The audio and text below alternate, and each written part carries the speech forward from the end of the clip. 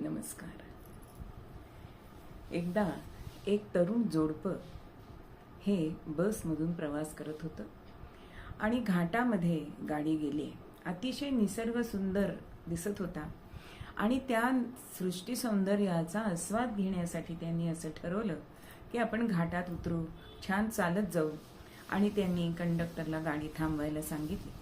ते दोघं उतरले आणि गाडी पुढे गेली आणि त्यांच्या डोळ्या देखतच एक दरड ही वरतून कोसळत आली आणि त्या बसवर पडली आणि सगळ्या बसमधले बसलेले जे प्रवासी होते त्यांचा मृत्यू झाला. आता त्यातला तरुण जो होता तो म्हणू लागला आपल्या प्रेयसीला की बघ, बरं झालं आपण उतरलो, नाहीतर आपली सुद्धा हीच गत झाली असती. तेव्हा ती तरुणी म्हणते की आपण उतरलो नसतो ना तर बरं झालं असतं.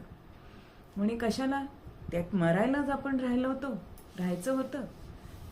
तेव्हा ती सांगते की नाही, आपण जी बस थांबवली, बस थांबवून आपण उतरलो आणि पुन्हा बस सुरू करण्यासाठी जो वेळ गेला त्या वेळेमध्ये गाडी पुढे गेली असती, जर थांबली नसती तर, आणि सगळ्यांचा जीव वाचला असता. मंडळी, म्हणजेच दृष्टिकोन कसा असावा जीवनाकडे बघताना हे आपल्याला ह्यातून घ्यायचं आहे.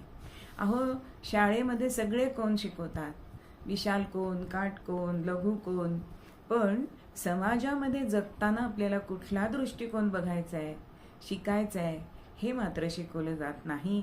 आणि असा सकारात्मक जर दृष्टिकोन असेल तर आपण सगळ्यांना सुखाने जगू देऊ शकतो आणि स्वतःही सुखात जगतो. जय जय रघुवीर समर्थ.